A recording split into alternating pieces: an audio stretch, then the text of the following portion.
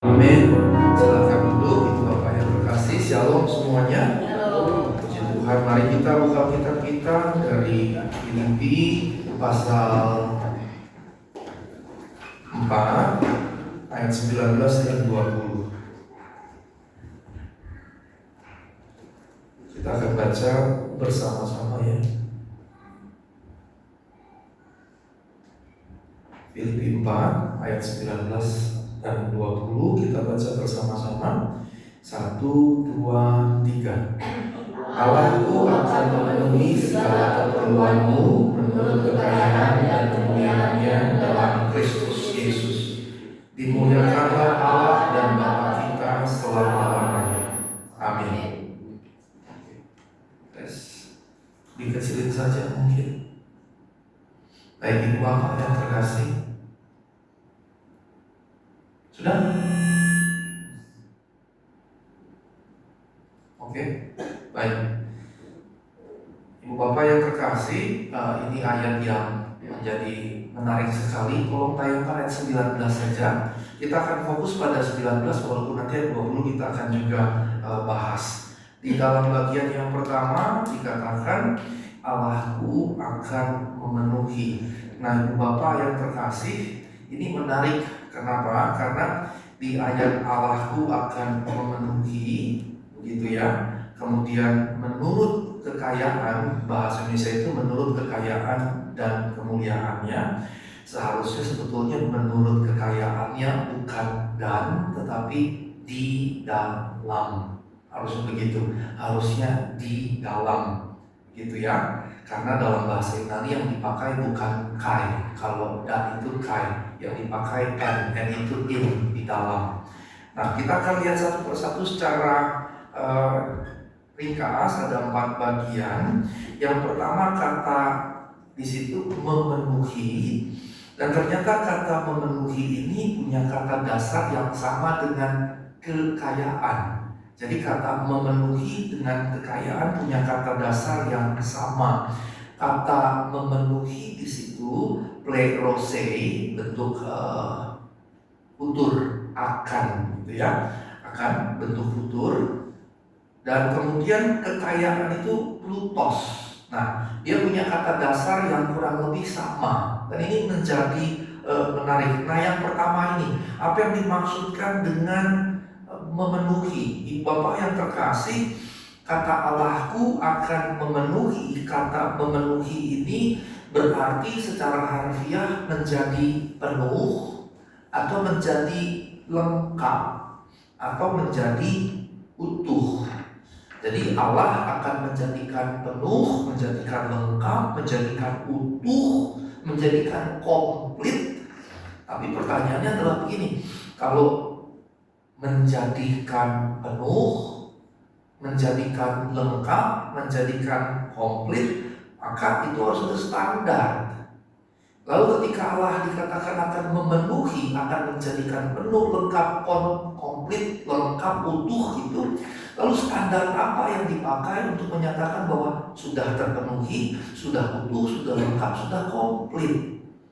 Ini yang menjadi pertanyaan gitu. Nah Ibu Bapak yang terkasih, sebelum ke sana, kali itu nanti bagian yang keempat, maka ini jelas sekali bahwa ketika dikatakan Allahku akan memenuhi segala keperluanmu, ini sebuah janji yang tidak bisa kita katakan mustahil, kita bisa ragukan, tidak bisa kita kemudian curiga begitu ya. Karena ini adalah janji Allah sendiri. Allah berjanji Allah akan memenuhi. Nah Ibu Bapak yang terkasih, maka dengan kata lain, ketika dikatakan Allah akan memenuhi, yang sudah berarti di masa yang akan datang, maka yang melakukannya adalah Allah. Yang melakukannya adalah Allah. Nah seringkali yang jadi persoalan adalah kita seringkali merasa Allah tidak cukup mampu. Seringkali kita merasa Allah tidak cukup mampu. Seringkali kita merasa Allah tidak cukup mampu melakukannya sendiri. Seringkali kita merasa begitu. Maka kemudian apa yang terjadi? Kita melakukan berbagai macam hal menurut cara kita. yang kita berpikir kita akan mampu menolong Allah untuk memenuhinya. Nah, siapa yang muncul di kepala kita ketika kita mendengarkan pernyataan-pernyataan ini? Sarah kan? Sarah. Apa yang Allah sampaikan kepada Abraham? Aku akan memberikan keturunanmu yang sangat banyak, seperti pasir di laut, seperti bintang di langit. Tapi waktu janji itu diberikan, Sarah berusia berapa? 75 tahun kurang lebih. Maka dalam kondisi Sarah yang kita bilang sudah mati pucuk atau menopause, dalam kondisi yang secara fisik tidak mungkin lagi bisa terjadi, maka kemudian Sarah berpikir bagaimana ini caranya. Maka Sarah berpikir Tuhan butuh pertolongan, Tuhan butuh bantuan, Tuhan butuh dukungan, Tuhan butuh disupport, Tuhan butuh kemudian kita secara proaktif begitu untuk mendukung Tuhan. Apa yang Sarah lakukan? Diambillah Hagar. Hagar kemudian dikasih kepada Abraham. Nah, Abraham juga jadi sosok yang lemah karena kemudian dia diam saja tanpa ada perlawanan. Kemudian dia tiduri Hagar, dan ini wajar kan? Kucing mana menolak dikasih ikan, kan gitu ya? Kucing mana yang menolak dikasih ikan? Dikasih tikus. Kalau di Jakarta justru kucing takut tikus, Pak. Karena tikus buat Jakarta gede-gede. Kucing yang ketakutan gitu. Saya beberapa kali lihat kucing got yang besar sekali. Kucing lewat, tikus got ini lewat, kucingnya kabur ketakutan gitu. Kucing mana yang menolak dikasih ikan? Gak mungkin gitu ya. Kita taruh di atas meja, kita tutup saja pakai tudung saji, dia bisa datang geser itu dan dia bisa makan gitu. Dan dari situ nampak bahwa Abraham setuju dengan tindakan Sarah. Abraham setuju dengan logika berpikir Sarah. Abraham bahkan bukan hanya logika berpikir, tapi teologi. Karena ada teologi di situ. Apa teologinya? Rencana Allah, kehendak Allah, apa yang Allah kehendaki atas kita, butuh kita bantu, butuh kita tolong untuk terwujud begitu. Seakan-akan Allah itu incapable, tidak mampu untuk menggenapinya, sehingga kemudian kita harus membantu Allah. Pak, berarti kita tidak boleh bertindak berlaku proaktif. Boleh, tapi kalau sesuai kehendak Allah. Jangan malah kemudian melawan kehendak Allah begitu. Nah, ini prinsip yang paling penting. Seringkali dalam kehidupan kita kan kita juga berpikir yang begitu. Kalau misalnya ada sesuatu, kita berpikir, oh Tuhan mesti kita tolong untuk menggenapi apa yang Dia kehendaki. Padahal di sini tidak. Ketika dikatakan Allah akan memenuhi, maka kemudian Allah tidak butuh bantuan kita untuk itu terpenuhi. Yang perlu kita lakukan nanti di bagian kedua, ketiga, dan keempat yang justru menjadi tugas kita. Tapi pada bagian ini jelas bahwa Allah yang akan melakukannya. Allah tidak butuh bantuan, support, dukungan. Apalagi kita bikin ide kepada Allah. Allah kayaknya mestinya begini deh, Allah kayaknya mestinya begini deh. Tapi coba perhatikan doa-doa kita. Cukup banyak kita berdoa yang mengajari Tuhan kan? Cukup banyak kita berdoa yang mengajari Tuhan. Bahkan ketika Hagar kemudian lahirlah Ismail dan belum lahir Isa karena jaraknya belasan tahun kan. Waktu Hagar sudah melahirkan Ismail beranjak jadi anak-anak remaja, Abraham sampai bilang, ya Allah, mengapa tidak Ismail saja yang Kau terima? Karena Abraham bilang begitu. Tapi kemudian Allah bilang apa? Tidak. Mengapa? Karena Allah berpegang pada janjinya. Allah berpegang pada firman-Nya. Janji firman-Nya keturunan Abraham bukan dari budak, bukan dari perempuan lain. Janji Allah kepada Abraham, kepada istri sah Abraham, yaitu Hagar. Bagus. Janji Allah kepada Abraham kepada istri sahnya satu-satunya. Setelah itu ada keturah istri ketiganya. Tapi kemudian Abraham begitu menyadari sikap Allah, keturah dengan anak-anaknya kemudian dipisahkan, diberikan harta, tapi kemudian dipisahkan karena itu bukan bagian dari janji Allah atas Abraham. Keturunan yang banyak itu hanya dari Abraham dengan Sarah. Maka ketika ada istri ketiga keturah, itu pun kemudian dipisahkan karena Abraham sudah mengerti di situ. Nah, Ibu Bapak yang terkasih dalam Tuhan Yesus Kristus, kalau kita melihat doa-doa kita, Seringkali doa kita ngajarin Tuhan. Seringkali doa kita ngajarin Tuhan, Tuhan tolong mestinya begini, Tuhan tolong supaya ini begini, dan ini begini, dan ini begini, dan ini begini. Maka doa yang benar harusnya berserah pada kehendak Tuhan. Nah, kita mungkin nggak tahu kehendak Tuhan, kita mungkin belum tahu kehendak Tuhan. Maka kalau misalnya kita ada dalam pergumulan, ada dalam konteks tertentu dan kita nggak tahu, maka kita serahkan saja. Thy will be done on earth as it is in heaven. Terjadilah kehendakmu di bumi seperti di surga. Kita serahkan saja pada Dia. Gitu. Contoh yang sedang kami gumuli Bapak sebagai orang tua adalah dengan anak pertama kami. Nah, sekarang sudah lulus SMA. Kemarin baru prom night. Zaman sekarang udah kayak di luar negeri ada prom night gitu ya. Ya udahlah, udah gitu zamannya, zaman saya mau boro-boro gitu. Boro-boro. Sudah cepat kan. Zaman saya boro-boro, apalagi zaman Pak Hari ya, nggak ada yang prom-prom lagi gitu. Kalau zaman sekarang kemarin di Balai Samudra lagi gitu. Nah, yang saya mau sampaikan adalah kami berkumpul. Theodor sudah daftar UTBK, ada 2 universitas dengan 1 jurusan yang dia suka. Kemudian nanti masih ada lagi jalur prestasi mandiri di salah satu universitas negeri. Kemudian juga berpikir lagi mesti mencoba swasta, ada beberapa universitas milik BUMN. Dan saya katakan sama anak saya, cobalah potensi-potensi peluang-peluang yang ada semaksimal mungkin. Saya beri contoh, misalnya waktu saya katakan pada anak saya waktu Papa ke Jerman, saya juga aplikasi ke 25 universitas. Ada 25 universitas itu saya dapat 5. Ketika saya dapat 5 kan saya tinggal pilih salah satu dari situ. Karena saya simpulkan probabilitas 1:5 gitu. Karena saya ngajukan 25 universitas di Jerman, dapatnya 5, jadi 1:5. Kalau misalnya saya masukkan cuma 5, ya berarti cuma 1. Saya nggak punya opsi untuk saya pilih. Tapi karena saya ngajuin 25, kemudian dapat 5, saya punya opsi memilih. Nah, saya katakan sebarlah sebanyak mungkin, kemudian serahkan sama Tuhan mana yang Tuhan kehendaki. Kalau dapat universitas negeri, puji Tuhan. Kalau nggak dapat yang swasta, ya puji Tuhan. Toh negeri sekarang sama aja mahal dengan swasta, bahkan sebagiannya lebih mahal kan gitu ya. Nah, itu contohnya gitu. Tapi tidak saya ajarkan berdoa dalam nama Yesus dapatnya UI, dalam nama Yesus dapatnya IPB, dalam nama Yesus dapatnya ini. Itu kan kita ngatur Tuhan. Nah, itu yang salah. Nah, itu yang mau disampaikan oleh firman Tuhan di sini. Sehingga kalau Allah yang memenuhi, berarti Allah yang akan melakukannya.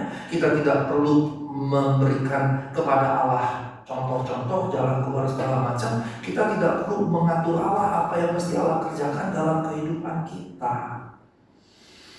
Itu bagian yang pertama, Ibu Bapak yang terkasih, ya. Bagian yang kedua, dikatakan di sini Allahku akan memenuhi segala keperluan. Bagian yang kedua adalah keperluan. Kalau pakai teorinya hierarchy of needs-nya Abraham Maslow, itu paling bawah physiological needs, betul ya? Paling bawah itu physiological needs, kemudian di atasnya apa?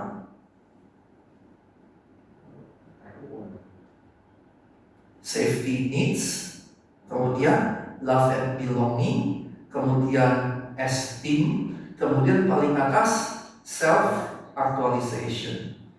Nah, physiological needs itu air, udara yang kita minum, udara yang kita hirup, makanan, tempat berteduh, tidur, baju, kemudian juga reproduksi.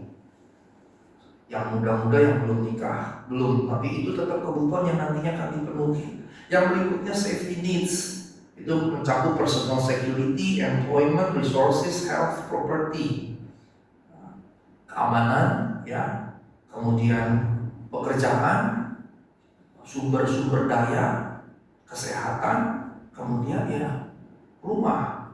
Di atasnya itu love and belonging, pertemanan, itu kebutuhan, kita butuh pertemanan. Kemudian intimacy, keintiman yang paling intim itu suami istri. Tapi ada keintiman yang bukan sekedar suami istri dengan keluarga, dengan sahabat dan seterusnya. Kemudian sense of connection, kita mesti membangun ini kebutuhan. Nah di atas itu esteem, harga diri, respect misalnya, harga diri, status, kemudian dikenali, dihargai oleh orang-orang, recognition, strength, kemudian freedom.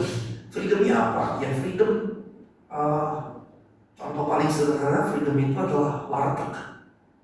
Kalau kita duduk di warteg, ada banyak pilihan gitu kan. Kemudian kita tinggal tunjuk kacanya, kemudian si pelayan akan menyediakannya. Dan kabarnya touchscreen itu seperti ini, penemunya di warteg gitu kan, karena kita tunjuk langsung keluar gitu. Nah, freedom itu contoh sederhana warteg. Kita mau pakai makan pakai ikan, pakai ayam, pakai sapi, pakai opor, pakai ikan asin, tahu tempe, bebas gitu kan.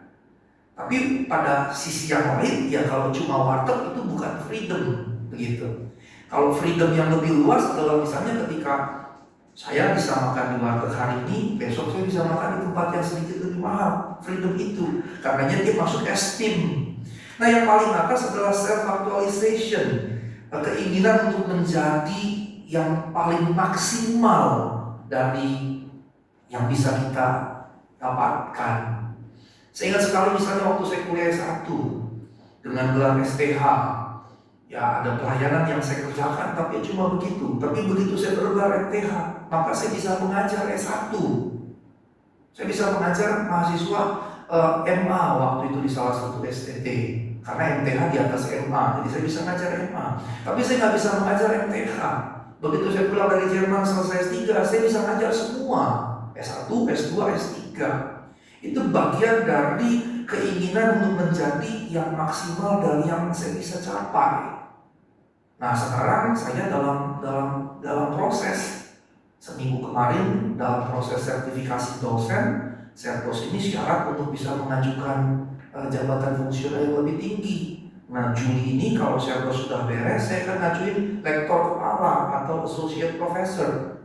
Nah kalau itu tercapai, Juli ini terpenuhi, prosesnya sekitar 2 bulan, berarti Juli, Agustus, September. September ini kemudian jadi lektor, 2 tahun setelah itu minimal saya bisa mengajukan guru besar. Nah ini bagian dari self-actualization tadi.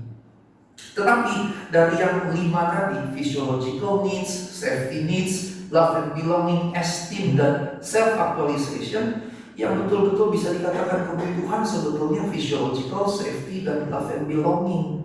Self-esteem sama self-actualization itu sebetulnya sudah bukan lagi kebutuhan.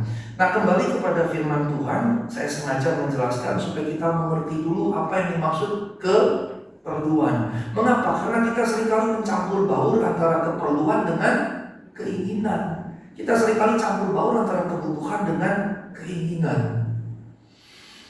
Dan ini jadi sulit kalau kita terbiasa tidak mampu mengendalikan hawa nafsu.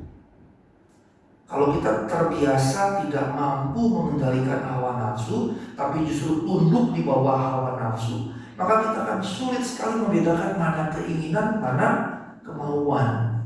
Apalagi kalau kedagingan kita menguasai kita. Tadi pagi saya khotbah di gereja Batakara Protestan Tanjung Priok, dan saya katakan sebetulnya lebih susah untuk rendah hati dibandingkan untuk sombong.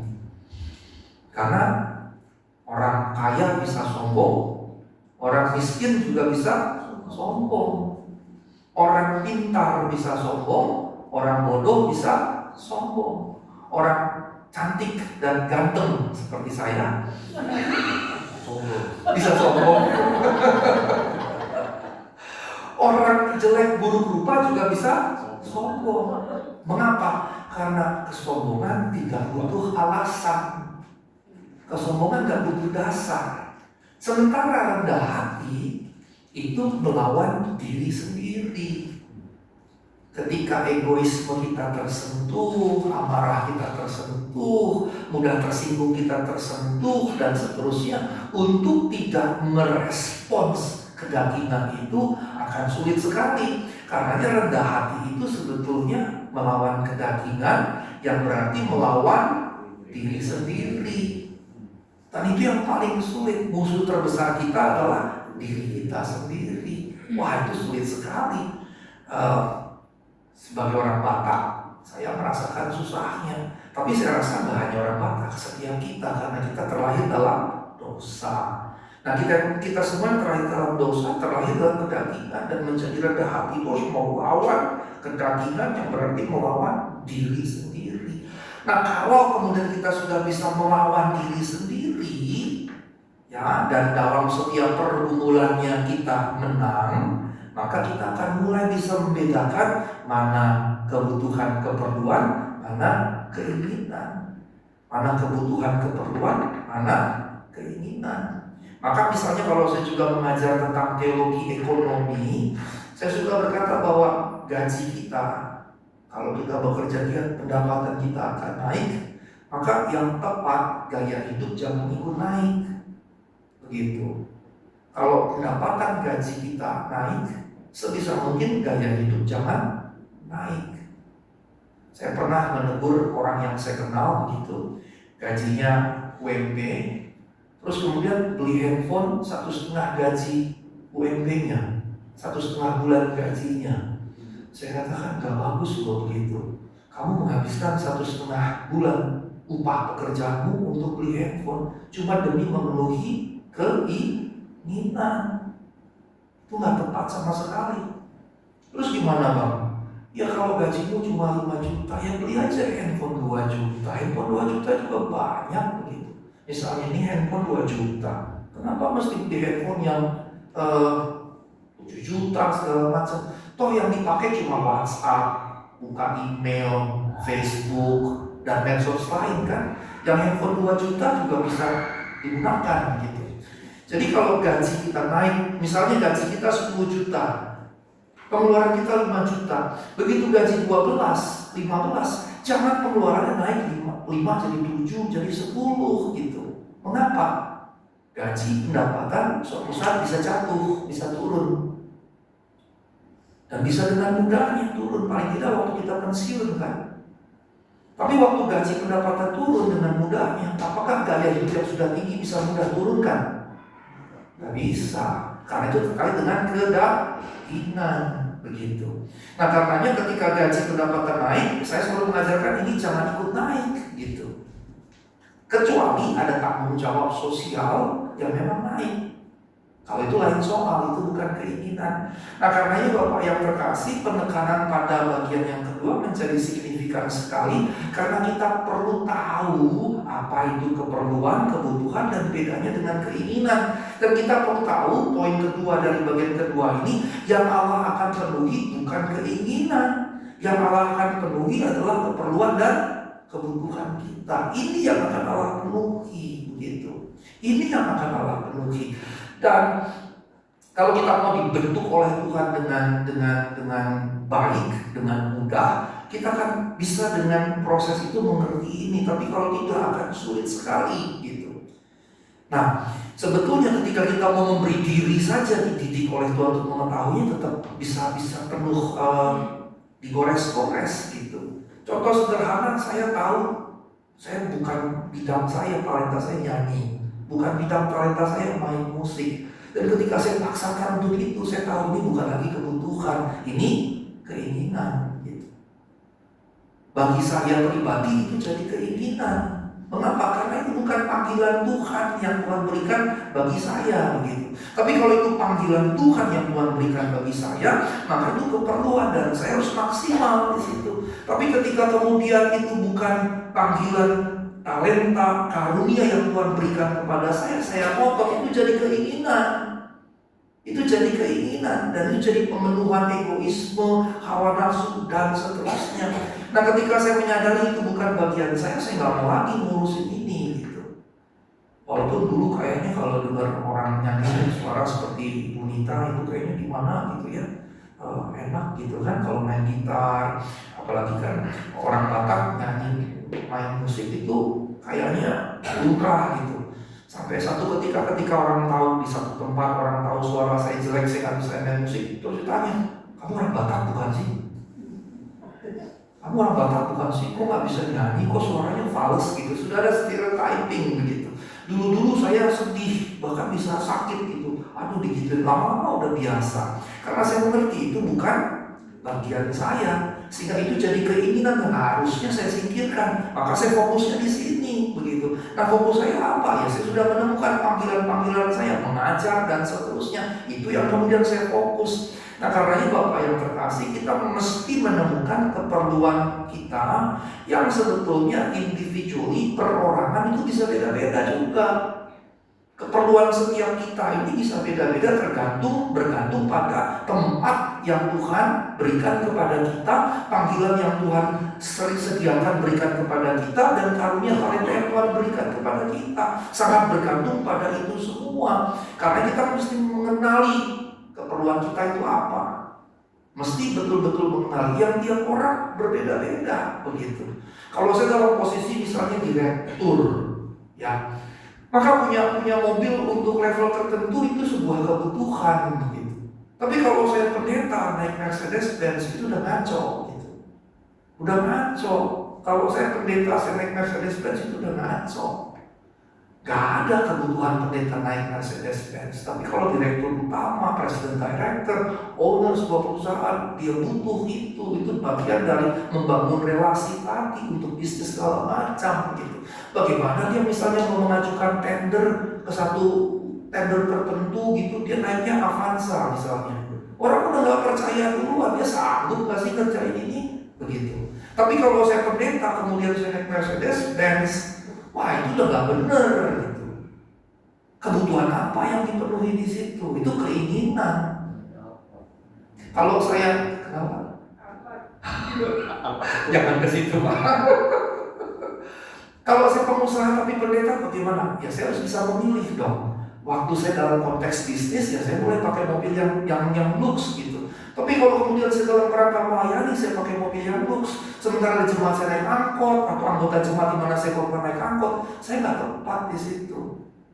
Dan saya bukan hamba Tuhan jadinya. Kalau saya pendeta pengusaha, tetap justru harus bisa memilah-milah, begitu. Kalau saya cuma pendeta, ya nggak boleh sama sekali. Nah, karenanya keperluan ini perlu di-underline. Karena setiap kita mesti mengecek keperluan kita masing-masing seperti apa, karena itu bisa berbeda-beda. Yang berikutnya, yang ketiga, bagian yang ketiga dikatakan menurut kekayaan. Nah, Bapak yang terkasih, tadi saya katakan bahwa kata memenuhi dengan kata kekayaan punya kata dasar yang sama. Nah, kekayaan di sini plutos, pleroo itu sama dari kata plu tadi, full, begitu ya. Maka yang dimaksud dengan kekayaan di sini, Ibu Bapak yang terkasih, ini yang mesti saya underline. Kekayaan yang dimaksud di sini bukan material, bukan material. Ayat ini sangat sering dikutip untuk kemudian bicara material, dan memang akan menjebak ketika kita baca teks di bagian sebelumnya. Ini bicara pemberian jemaat-jemaat di kota Filipi yang diberikan kepada Paulus, dan Paulus berkata, aku tidak pernah merampok jemaat manapun, cuma dari kamu aku mendapatkannya. Dan kemudian dari apa yang mereka berikan, Paulus merasa diberkati dengan bukan materi yang diberikan, tapi kerelaan hati jemaat Filipi yang memberikannya dengan penuh sukacita. Sehingga dengan kata lain, kekayaan yang dimaksud bukan materi. Kekayaan yang dimaksud kekayaan hati dalam wujud kemurahan hati yang diperagakan jemaat Filipi kepada Paulus. Apa gunanya kaya materi kalau kemudian pelitnya minta ampun, begitu? Saya ingat sekali dulu ada job begitu ya, ada job ketemulah orang Katolik, kemudian orang Pentakosta dengan Yahudi begitu. Mereka saling ngobrol, terus saling bercerita bagaimana mereka memberikan persembahan. Orang Katolik bilang, oh kami dari dulu hanya memberikan iuran gereja, pajak gereja, church tax. Berapa besarnya? Kata yang lain, 2,5%. Orang Pentakostanya bilang, cuma 2,5%, kecil. Kalau kami lebih besar. Tanya kami, oh kamu berapa beri di gereja? Ya 10%. Wow, gede ya. Terus kemudian orang Yahudinya senyum-senyum. Nah, Katolik sama Pentakosta tadi bingung, ya apa Yahudi ini memberikan lebih banyak begitu kan? Terus mereka bertanya, kalau kamu gimana di agamamu, di Yudaismemu? Oh, kami mah gampang, ambil duit kami punya, kemudian kami berkata kepada Tuhan sambil melempar duit kami, Tuhan, nih saya lempar, ambil berapa yang kau punya, sisanya buat saya. Ya berarti kan begitu dilempar jatuh semua begitu, karena Allah nggak mungkin ambil kan begitu kan. Ini menunjukkan pelitnya orang-orang Yahudi dalam cerita itu, karena memang orang Yahudi terkenal pelit begitu ya, dikepel gitu. Jadi kalau sudah masuk susah keluar. Jadi karenanya ini terutama bukan bicara kekayaan material, kekayaan Allah. Karena di sini sebetulnya dalam teks aslinya sebetulnya lebih tepat diterjemahkan sebagai kekayaannya. Kekayaan Allah ini terutama bukan material. Karena orang yang kaya materi belum tentu kaya hati, belum tentu kaya hati. Maka yang dimaksudkan di sini adalah kaya hati, sebagaimana yang dicontohkan oleh Allah. Contohnya apa? Jadi manusia dan mati guna menebus dosa umat manusia. Maka dengan kata lain, kekayaan Allah terwujud dalam kemurahan hati yang rela berkorban, Ini yang mau dimaksudkan sebetulnya. Kekayaan Allah bukan dalam pengertian menumpuk harta benda dalam lumbung. Kalau lumbungnya sudah tidak cukup, buka lumbung yang baru. Kalau lumbungnya sudah tidak cukup lagi memenuhi, buka lagi lumbung yang baru, dan seterusnya.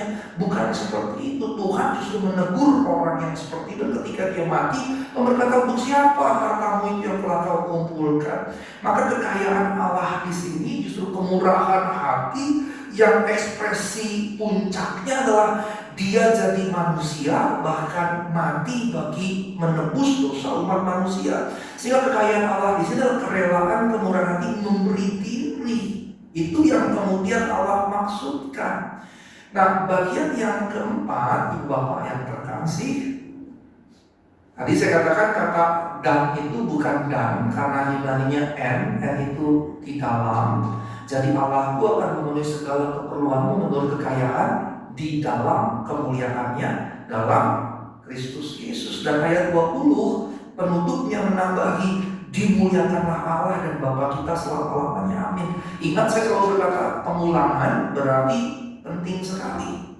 Pengulangan berarti penting sekali. Balik ayat 19, dan kemuliaannya, kemuliaan Bapa dalam Kristus Yesus. Ayat 20-nya, dimuliakanlah Allah dan Bapa kita. Ini pengulangan yang berarti mau menunjukkan bahwa dari 3 penjelasan yang saya sudah berikan kepada Bapak sekalian, yang terpenting adalah Allah dimuliakan.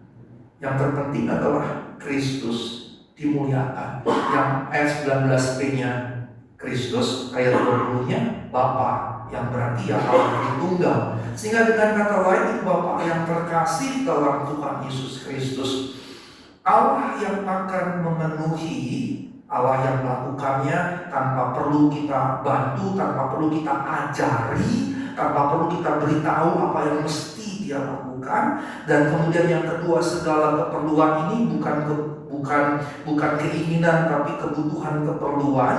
Kemudian menurut kekayaannya adalah kemurahan hati yang ekspresinya adalah pengorbanan Allah dengan jadi manusia. Maka semua ini Allahku akan memenuhi segala keperluan menurut kekayaan bagi kemuliaan dalam Kristus Yesus. Maka dengan kata lain, segala apa yang Tuhan sudah, sedang, dan akan sediakan bagi kita semua, apapun itu, semuanya maksud maupun tujuannya adalah kemuliaan Allah. Mengapa dia diberikan? Bagi kemuliaannya. Untuk apa dia diberikan? Tujuannya, goalnya, sasarannya apa? Kemuliaan Allah. Maka sebetulnya kita mesti mengecek dari segala yang terjadi dalam kehidupan kita yang Tuhan sudah, sedang, dan sediakan. Kita mesti bertanya, kemuliaan Allah apa yang mau Allah nyatakan di sini?